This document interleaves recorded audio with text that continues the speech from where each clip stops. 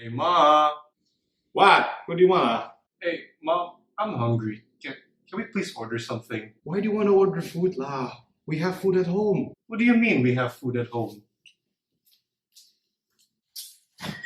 Ma, we have nothing. All we have is just tomatoes and eggs. We haven't done any shopping. What can we eat with this? Yeah, have I taught you nothing? You are grateful. Okay, wait.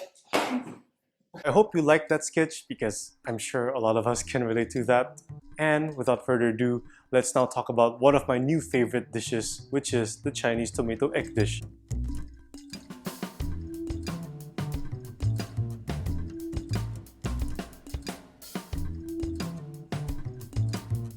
So the history of the Chinese tomato egg dish is a relatively new one, and because of such, we're gonna have to talk about the two main ingredients of this dish in order to give a historical context as to how this dish came to be. And even though the name is tomato and egg, we're gonna start off with the egg part first. And one of the earliest records of eggs being used as a dish in China is within the book Qi Men Yao Shu, which literally means the essential techniques of the welfare of the people. And why is this book important, you might ask? Well, this book is actually the most revered ancient books of China because not only did it summarize around 200 ancient works, some of whom are no longer available, the text is also a complete collection of volumes regarding agriculture, horticulture, animal breeding, and within the focus of this video, recipes. Charles Darwin even mentioned that this book is the encyclopedia of ancient China. And if someone as renowned as Charles Darwin would consider this work as an encyclopedia, you know that it's very useful. And for this research, it did prove to be so. Regarding the recipes, the book actually contains around 280 recipes, with scrambled eggs being one of them. They actually also wrote down a detailed instruction as to how to cook it, which are as follows. Break the eggs into a copper pan, mix the egg whites and the yolks, add scallions and salt, and then fry with some sesame oil. And even though the scrambled egg was mentioned within this dish, did you notice that he didn't really mention tomatoes? Why is that? Tomato is a relatively new ingredient, even for ancient China. So with that being said, let's talk a bit more about the history of the tomato. It is believed that the tomato first arrived in China within the Ming Dynasty during the Wanli period. And in China, tomato was known as persimmon. And the first account of tomato within China is from the book Kun Fang Pu. And I hope I mentioned that properly, so I'm sorry if I didn't. And how they describe the tomato are as follows. Fan persimmon is a June persimmon. The stem resembles Artemisia, 4 to 5 feet tall. The stem leaves resemble wormwood. The flowers resemble durian. One branch has 5 fruits, or 3 or 4 fruits. Herbs also come from Xifan, hence the name. And if you've noticed from the text, there was no mention at all of the tomato being used for consumption. And that is because, unfortunately, when the Spaniards brought the tomato to China, they also brought the wrong notion that the tomato was poisonous, which is why people in China also thought that the tomato was poisonous. But it's believed that within China, people of Taiwan were the first Chinese people to consume the tomato. Within the Taiwan government records, all the way back in 1685, the Taiwanese classified the tomato, or persimmon as it's known, into 2 names. The first one is smelly persimmon, and that's mentioned in the north of Taiwan. And within the south of Taiwan, they actually call the persimmon citrus honey. And within the Taiwan government records, it's mentioned that citrus honey can be boiled with sugar in order to make tea. So basically, the first records of consumption of the tomato was in the form of tea. So even though the Taiwan government records did mention that the Taiwanese did consume the tomato, it's only consumed in the form of a tea. So it begs the question, when exactly did people start to actually eat the tomato as the Chinese tomato dish that most Chinese people know it? And now I really need to give some warnings because unfortunately there are no more concrete data that I could reliably find. So from now on, I've basically had to collect data from people's testaments as well as to speculate logically due to the timeline of history. So please take this with a big grain of salt. As to when this dish came about, it's speculated that it may have arisen between the late Qing Dynasty era into the early Republic days of China.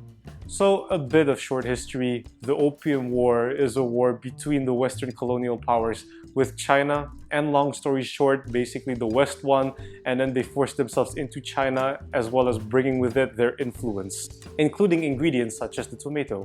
Now, at this time, the tomato has already developed. In Europe, it's already widely consumed and widely adored. And given that due to the Opium Wars as well as the collapse of the Qing dynasty, the people at the time didn't really have a strong sense of national pride. So anything Western was seen with such a light that many people were actually discarding their traditional Chinese customs for the new modern culture. And this shift from traditional Chinese culture to Western culture did create some rift within the population, as some people wanted to retain their culture. And one of these people is Lao Shi. And if you don't know who Lao Shi is, and I really hope I'm pronouncing his name right, I have a feeling I'm not. He's basically one of China's most influential literature figures. And he's basically protesting as to why people admire Western products to such a level that they forgot their own. He actually wrote 2 articles attacking and questioning this phenomena. And while there are some people that do follow in his footsteps, there are some people that wonder, hey, how can we take the tomato, this very, very Western ingredient and very, very new ingredient, and incorporate them in a way that is acceptable for all Chinese people? And if you guys remember from what I mentioned before, the scrambled eggs has been a popular dish in China, and it is speculated that they took this Chinese scrambled eggs and instead of adding scallions as they normally would, they actually replaced it with tomato. But the matter of who did it and when and where is unfortunately impossible to figure out. As mentioned before, this is unfortunately a speculation. But regardless as to who made the dish and when and where it was made, we cannot deny the influence of the Chinese tomato egg dish, and we will now talk about its legacy with the daily dosage.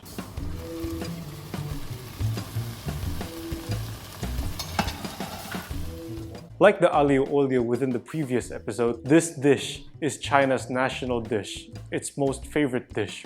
And I know this is kind of pushing it, but the red and yellow of the Chinese tomato dish does sort of resemble their flag.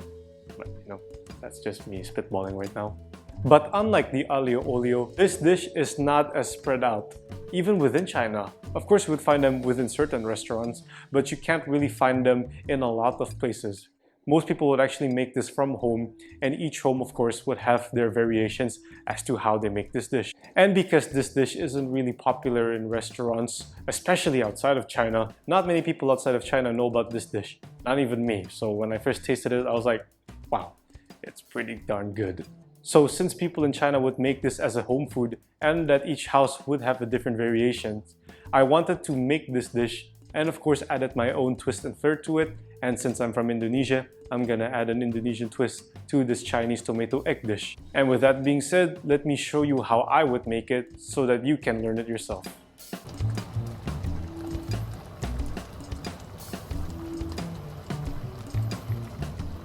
Right, so these are the ingredients we'll be needing for creating the Chinese tomato egg dish. And for categorization purposes, the ingredients to the left side of the knife are basically the traditional Chinese tomato egg dish recipes. So as you can see, there are the tomatoes, the eggs, the sesame oil within the bottle there. I also have chopped up some spring onions as well as some salt. Whereas to the right of the knife, you would see the Indonesian twist to it, such as the garlic and the shallots, some coriander, some Indonesian sweet soy sauce, as well as the salty soy sauce. And then, not so Indonesian, but I guess for my personal flair, I added fish sauce, coriander, as well as cumin. And of course, I added white pepper as well as chili. So now we only need to cut the tomatoes into quarters, and make sure as you chop them, try to do it as soft as possible, because if you were to chop them too hard, a lot of the juices might come out. So slice them as soft as possible, and unfortunately, as you can see here, this tomato was a bit harder to cut, so a bunch of its juices come out. So let me just show you, just with a bit of a squeeze there, you can see the juices pouring out. And now repeat the process again, and as you can see from the cutting board, there are a bunch of juices there, which is why when you do finish cutting them, make sure to put the tomatoes in a bowl so that any juices that will squeeze out will go to the bowl and you can use those juices later.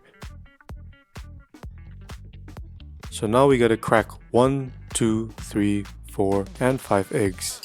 Whisk them until they're homogeneous, and that's it. So now we just gotta cook the egg, and in this case, since it is an Indonesian twist, I decided to add a bit of margarine to cook the eggs.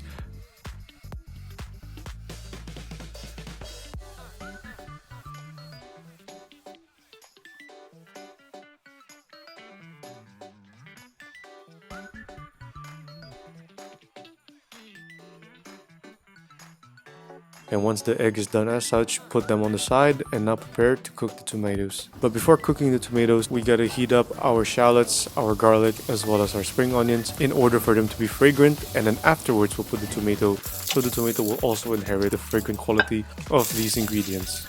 Don't really break them down too much yet, just gently move them around and now put the lid on top of it. The lid will help tenderize the tomatoes, so after a few minutes, maybe 1 or 2, you just take them out so you can already gently squeeze it out to let all the juices out, and then you'll start to hear the juices sizzling properly. So much so that even my camera starts to fog. Once the tomatoes have turned into such a liquid state, now it's time for us to put the eggs inside and to mix them together.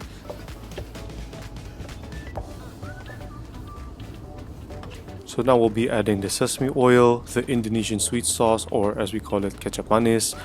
We're also now going to be adding the fish sauce, which will give it its salty taste. And then we're going to be adding the salty soy sauce. And finally, we're going to add the honey. Last but certainly not least, we're going to be putting all of the spices that I mentioned before. Detailed list of the ingredients will be mentioned in the description. You just got to mix it thoroughly until everything is relatively homogeneous. And once it's nice and hot and bubbly, you got to make sure that you have rice ready beforehand, because this dish does require rice to fully enjoy the taste that it offers.